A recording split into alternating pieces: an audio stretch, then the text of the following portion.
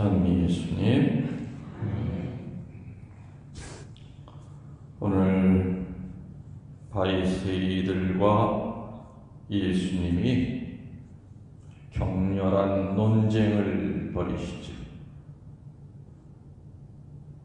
그 논쟁의 핵심은 뭐냐? 왜 어찌해서 바리새이들은 예수님의 가르침을 못 따르겠다고 하고 또 예수님은 바리새이를 꾸짖으실까? 같은 야훼 하느님을 믿고 있는데 바리새이와 예수님의 가르침이 왜 이렇게 다를까?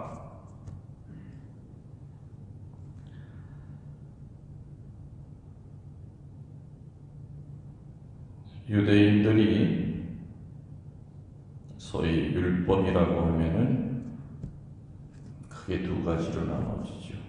첫 번째는 십계명입니다. 두 번째는 모세오경이죠. 특별히 모세오경에는 도덕, 규범, 윤리가 모세오경에 적혀져 있고 거기 나오는 도덕, 규범, 윤리를 어떻게 실생활에 적응시키느냐 하면서 자기들의 그 삶을 야훼 하느님께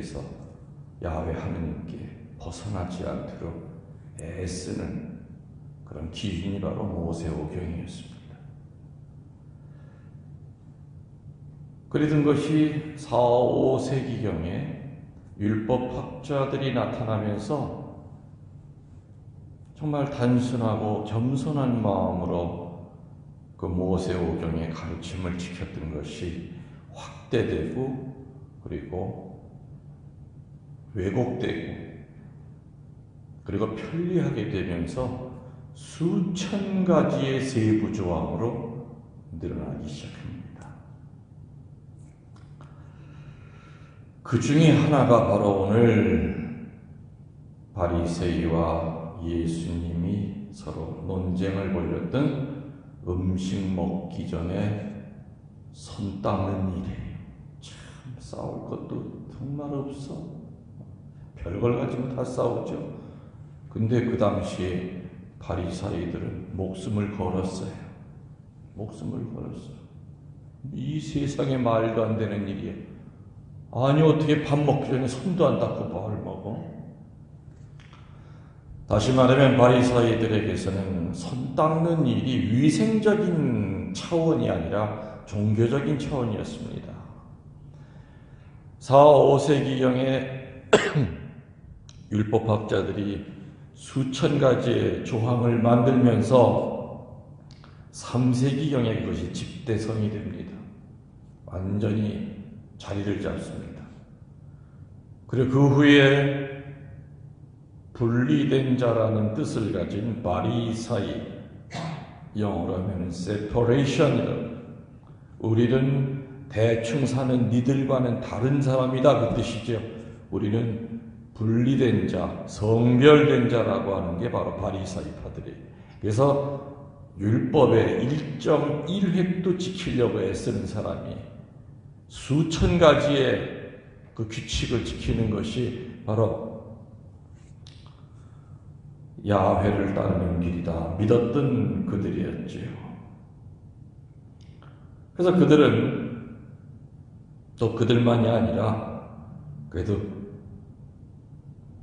자기들 나름대로 신앙생활 충실히 한다고 생각하는 유대인들은 어디 나갔다 돌아오면 반드시 손을 닦습니다. 장터에 갔다 오면 특히 몸까지 다 닦아야 돼요. 그게 법이. 그리고 밥 먹기 전에 손 닦아야 되고요. 음식이 바뀔 때마다 또 손 닦아야 되고 그 손 닦는 물은 큰 항아리에 따로 담아뒀어요. 그래서 그 항아리는 손 닦는 정결 예식에 쓰는 그러한 물단지였기 때문에 절대로 그 물은 다른 데 써서는 안 됐습니다.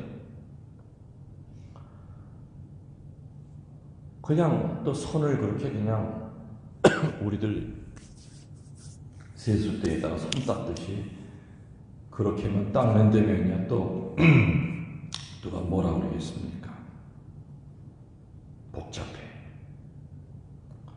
그 규칙에 보면은 계란 껍데기 하나 반 정도의 물을 손끝에서 손목으로 이렇게 흘려 내려보냅니다. 그리고 손이 어느 정도 적셔지면은 한쪽 주먹으로 다른 쪽 손바닥을 이렇게 비비고 또 다른 쪽 주먹으로 다른 쪽 손바닥을 비빕니다. 오른쪽 손바닥을 비빌 때는 시계 방향으로 오른쪽에서 3번을 돌리고 왼쪽은 반대로 왼쪽에서 오른쪽으로 3번을 돌리고 그리고 난 다음에는 또 계란 껍질 하나 반 정도의 물을 손을 밑으로 해서 위에서 밑으로 흘려내보내죠. 그리고 난 다음에 털어도 빠른 속도로 털면 안 되고 천천히 우아하게 지나가는 바람에 말리듯이 세상에 찌개 끓여놓은 거 다 식어. 그런 거 따지고 밥 한 번 먹기가 그렇게 힘들어 이게.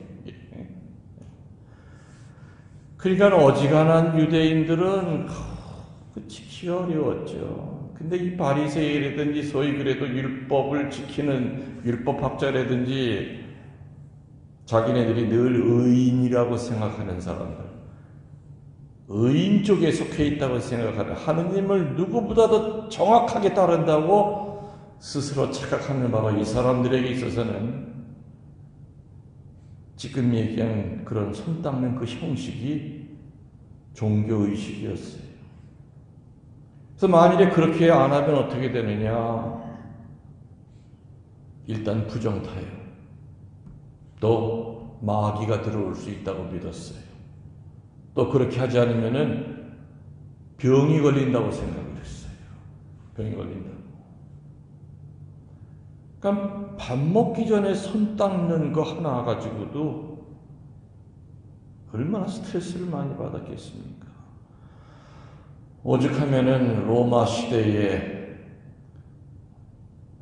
유대인, 정통 유대인이 로마 감옥에 갇혔는데 빵이랑 물을 줄 거 아닙니까? 죄수니까.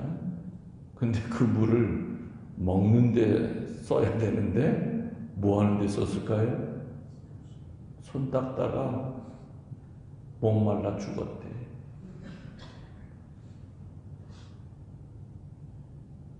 목마른 때 먹을 물을 그 손을 그 형식적으로 그거를 다 하다 보니까 나중에는 마실 물이 없네. 그래서 빵 먹고선 체해가지고 목말려 죽었대.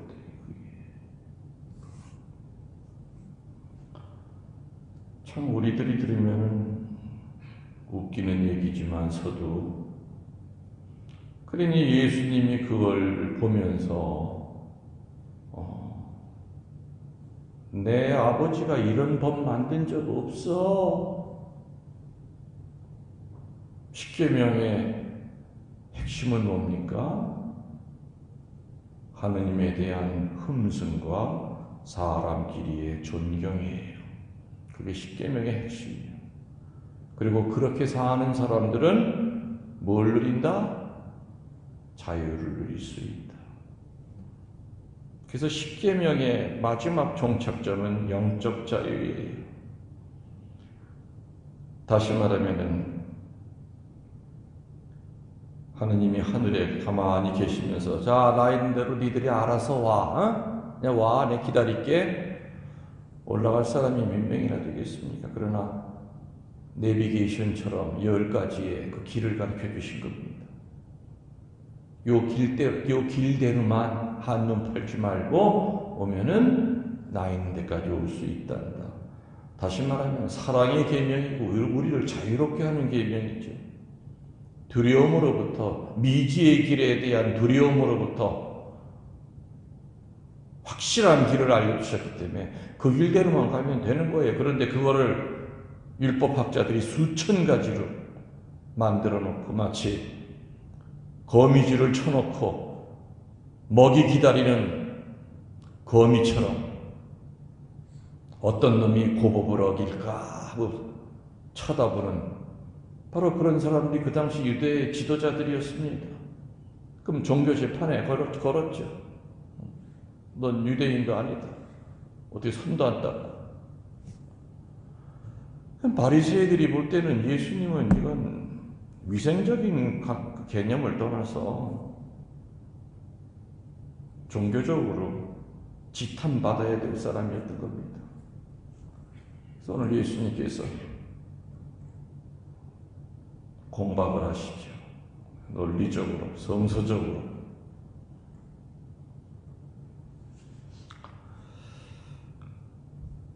법이라고 하는 건 말이죠, 내용을 담는 그릇입니다. 반드시 인간 세계에서 법은 필요해요. 짐승이 아닌 이상 법이 없으면 개판이 돼요. 동의합니까? 동의하죠. 가정에도 또 부모님이 또 집안 대대로 내려오는 또 나름대로의 룰이 있듯이 법이라고 하는 것은 내용을 담는 그릇이에요. 물이라고 하는 것도 그릇이 없으면은 땅바닥에다 흘려서 우리 먹지도 못하고 스며들듯이. 그렇지만 그 법이 하느님과 인간 위에 군림할 때는 그건 바로 우상이 되어버립니다. 그리고 형식이 되어버리고 그 생명을 잃어버리게 되는 거죠. 어떤 사람은 정말 모든 곳에 철저해. 자기가 외출하기 전에 볼펜이 요 자리에 있었으면 돌아왔을 때도 그 자리에 그렇게 있어야 돼. 근데 부인이 어떻게 하다가 청소하다가 볼펜 옆으로 삐뚤어졌어. 벼락치듯이 난리를 칩니다. 이거 왜 건드렸냐고. 피곤한 사람이죠. 자기 마음 안에 법이 많은 사람일수록 인생이 피곤해요. 젊었을 때는, 깐깐할 때는 이성이 감성을 앞서기 때문에 자기 나름대로 법을 많이 만들지만, 그러나 하느님 앞으로 갈 때는 다 쓰잘데없는 법에 내매여 살았구나. 지나고 보니까 아무것도 아닌 걸 내가 왜 그렇게 사람을 달달 볶았나, 그리고 내 자신을 스스로 볶았나. 그래서 나이가 들면은 유해져야 돼요. 젊었을 때는 비록 깐깐하다더래요. 근데 나이가 들어서도 여전히 자기가 만든 법이 최고인 양, 자신이 가지고 재는 그 잣대의 눈금이 어느 누구보다도 정확한 것처럼 착각을 하고 살아간다면 그 얼마나 불행하고 실패적인 인생이겠는가. 이슬람 사람들은 하루에 여러 번씩 기도를 해요. 그래서 그 사람들은 반드시 기도할 때 쓰는 그 돗자리입니까? 방석 같은 걸 꼭 얇게 이렇게 갖고 다녀요. 그리고 항상 메카를 향하여 나침판을 보고서는, 한국에 와 있는 그 이슬람 그 사람들도 한국 공장에서 일하다가 막 시간 보면 해요. 물건이 막 돌아서 난리를 쳐도 상관 안 해요. 딱 펼쳐놓고 해야 돼. 그 우스운 얘기가 있지 않습니까? 어느 이슬람 교도가 칼을 들고 누구를 쫓아갔어요. 쫓아가다 보니까는 잡히지는 않고 시간을 보니까 기도할 시간이야. 그래서 칼을 놓고 뒷주먹 뒤에 허리춤에 차고 있던 방석을 쭉 펴가지고서는 빨리 해야지, 어떻게 저놈 도망가고 있는데 어떤 놈은 그냥 급하니까 앞에랑 뒤만 있고 중간 생략 끌고 다시 또 칼을 잡고서 또 뛰어간대. 근데 그 사람이 하루에 몇 번 하는 그 코란의 내용이 뭔 줄 아시죠? 사랑이에요. 자비예요. 하루에 그거를 몇 번씩 외우고도 그거 끝나면은 칼을 잡고 저는 목 쳐주기로 하는 거예요. 쫓아가는 거예요. 이게 얼마나 이게 종교적인 넌센스예요. 이게 얼마나 웃기는 얘기냐. 그때 그 인간이 하루에 몇 번 하는 기도는 그건 기도가 아니지요. 형식적이고 가식적이고 위선적이고 타성해져진 거지요. 생명이라고 하는 건 아무것도 없는 기도예요.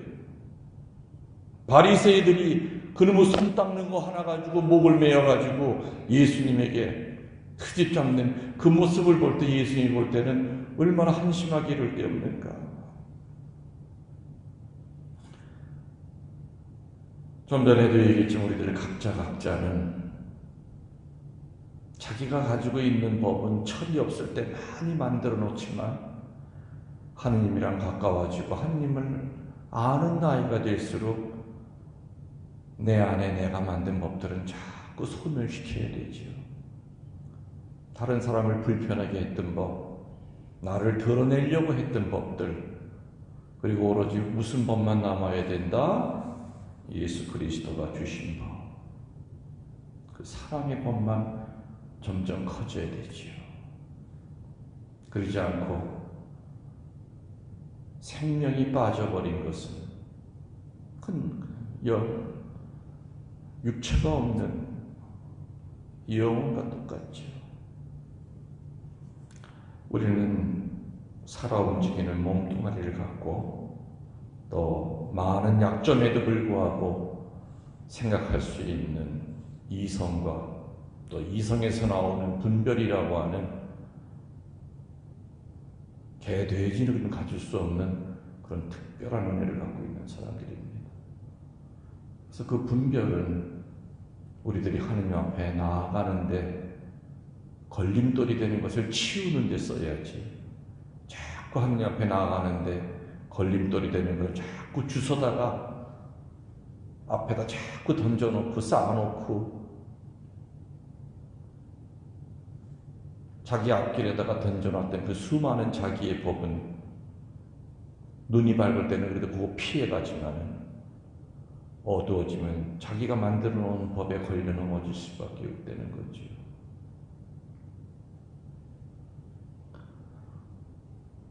법은 반드시 필요한 겁니다.